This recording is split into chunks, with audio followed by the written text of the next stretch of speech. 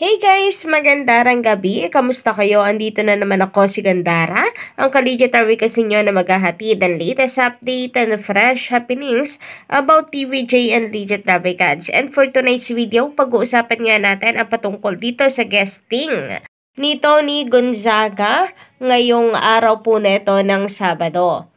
So, marami pong mga pasabog ngayong araw, ka-Legendary Cards. So, hindi nakapagtataka, no, na tumaas ang ating TV ratings. Mataas din po ang ating online views kanina. Anyway, guys, speaking of guesting, so kanina nag-trending si Tony Gonzaga dahil sa kanyang pag-guest sa Itbulaga. Ganon din itong si Donnie Pangilinan. Isa rin po siya sa mga nag-guest kanina sa EP na kinakiligan po ng marami and nag-trending sa social media. Anyway, naging pahulaan sa mga netizen kung sino po ang magbabalik na host ng Itbulaga. Ang mga clues kasi, matagal daw na naging parte ng Itbulaga, matagal lang nakasama ng TVJ, and magbabalik na dating host. Ang daming mga hula-hula. Nariyan sa sobrang pagkamis kay Ruby Rodriguez, sinakala ng marami na si Rubina Diaz. Marami din nagsasabi na si Jimmy Santos ulit at marami pang iba. Pero nabulgar nga po kanina na si Tony Gonzaga po pala ito. At ito po ay para kanyang ipromote ang kanya pong movie. Nako, malapit na po ang Sassy Girl, Maya Sassy Girl. Kasama po niya dito si Pepe Herrera. So, ito po ay showing sa January 31. Malapit na. O nga, no, hindi natin naisip na si Tony. Kasi nga meron siyang may Sassy Girl na movie and kailangan niya itong ipromote. Pero yung iba, tumama naman po sa kanilang hula na si Tony Gonzaga po ito. Anyway, speaking of Tony, marami pong natuwa sa kanyang pagbabalik sa Itbulaga. Marami nagre-request na sana bumalik na talaga siya sa Itbulaga. Na-miss po kasi siya ng ibang Dabay Cards. Pero meron mang natuwa, marami man po ang natutuwa, meron pong ilan na hindi po masaya sa pagbabalik ni Tony Gonzaga. Ayun sa kanila is, bakit naman daw yan? Sana daw po sa susunod ay wag nang patapakin si Tony sa Itbulaga. Pinatay na lang daw nila ang kanilang TV dahil sa pag-guest niya dito. Naglaro po kasi siya sa Gimme 5 kasama ang iba pang cast ng kanilang movie na ito. Miss Roar, ang tawag nila dito kay Tony Gonzaga. Hindi ko alam kung bakit, guys. Hindi ako updated. Bakit ayaw nila at nagalit sila kay Tony Gonzaga? Or nainis sila nang makita si Tony sa Itbulaga. But I think dahil ito sa politika pa din. Kasi kaya naman po maraming nagalit kay Tony. Noon lang naman ako may nabalita ang maraming nagalit kay Tony dahil sa politika. Pati nga po hata Shopee, binoykot pa ng iba. Bukod doon, hindi ko na alam ang iba pang reasons. Anyway, ganun pa man, ang masasabi ko lang naman, since siya po ay Legendary Cards, ang pinag-uusapan naman po natin dito ay Legendary Cards, Itbulaga. So, ilabas na po natin ang mga issue lalabas sa Itbulaga. Kung talagang fan po kayo ng EP. So, yun lang naman po ang akin. Kapag Itbulaga issue. As long as di naman binabastos, trinidor, or something, ang EB, ang original Itbulaga, why not? Coconut, chocolate, diba? Anyway, yun nga. Nag-trending po siya sa social media. Maybe kasi dahil nga sa merong may ayaw and meron pong natutuwa sa kanyang pagbabalik. Samantala kanina naman masaya po, no? Dahil nagbalik po ang Bulagaan. And then, napakarami tao dito po sa barangay. Bukod pa po dyan, isa po sa masayang pangyayari kanina ay ang pagpapakilig nitong si Donnie Pangilinan sa mga manonood ng Itbulaga. Hindi po binigo ng TVJ ang mga Legendary Cards sa kanilang tweet na may magpapakilig sa atin bukas.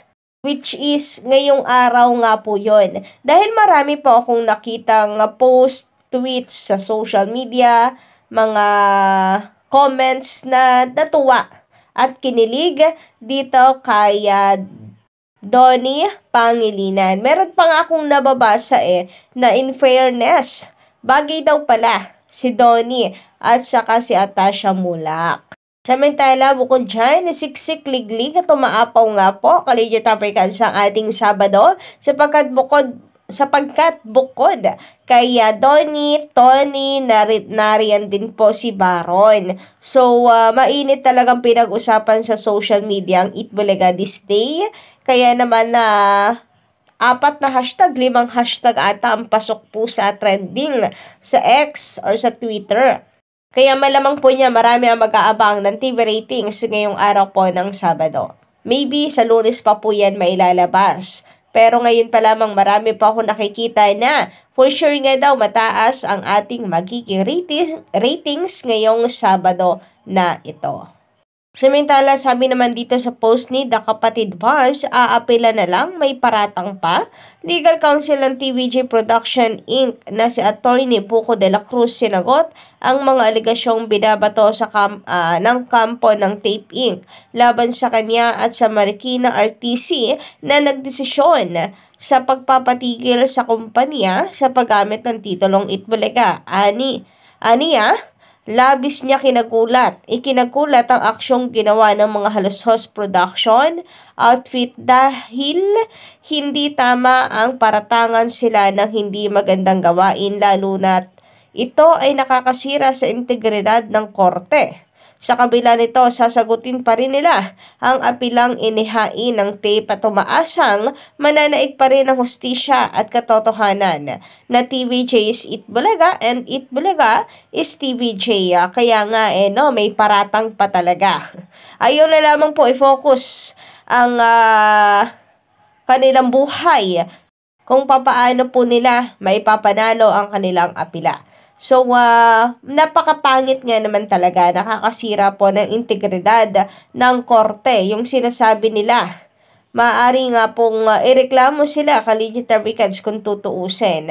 Napakalaking maling move ng kampo or mga panatiko ng tape na ganito ang sabihin. At ultimo ni Atty. Maggie na battered daw siya.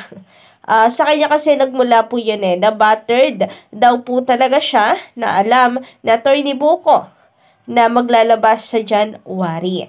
Na siyang ayon naman sa iba pong mga netizen ay understandable na January lalabas ang resulta. Napakaanghang din ng mga post na binitawan ng mga tape defenders na kung saan depektibo. At napatunayan pa daw talaga ang pinakang word nila, napatunayang depektibo. So, napatunayan daw nila na mali ang desisyon ng korte. So, sana ay magtugmayan sa kanilang apela. Kasi kung hindi po sila mananalo sa apela, wala lang rin ang kanilang sinasabi na napatunayan dahil lalabas lamang po silang sinungaling at mapagbintang. Sabi naman dito sa komento ni Forsha Egken, magandang gabi, malakas ang signal at malawak ang sakop ng GMA pero mataas ang ratings ng Itbulaga. It means talagang mas maraming viewers ang EB. Yan nga po ang ating patuloy na sinasabi na kahit malawak ang sakop ng GMA na signal, baliwala lamang din kung mismong mga tao ang may ayaw sa kanila. Mismong tao ang iwas na iwas sa tahanang pinakamasaya. So, ganun man, nasa pinakamalawak man na channel na signal po ang tahanang pinakamasaya or ang Tape Inc., hindi po yon magiging sapat para maging number 1 noontime show sila dahil at the end of the day, puso po ng taong bayan ang kanilang maipanalo dapat. Pero doon pa lang, sorry dahil ligwak na po agad sila sa laban. Samantala, sabi naman dito ni Ed Gutierrez, sila ang nagpapagulo. Huwag nilang isisi sa court dahil sila ang wala sa katinuan. Grabe sila.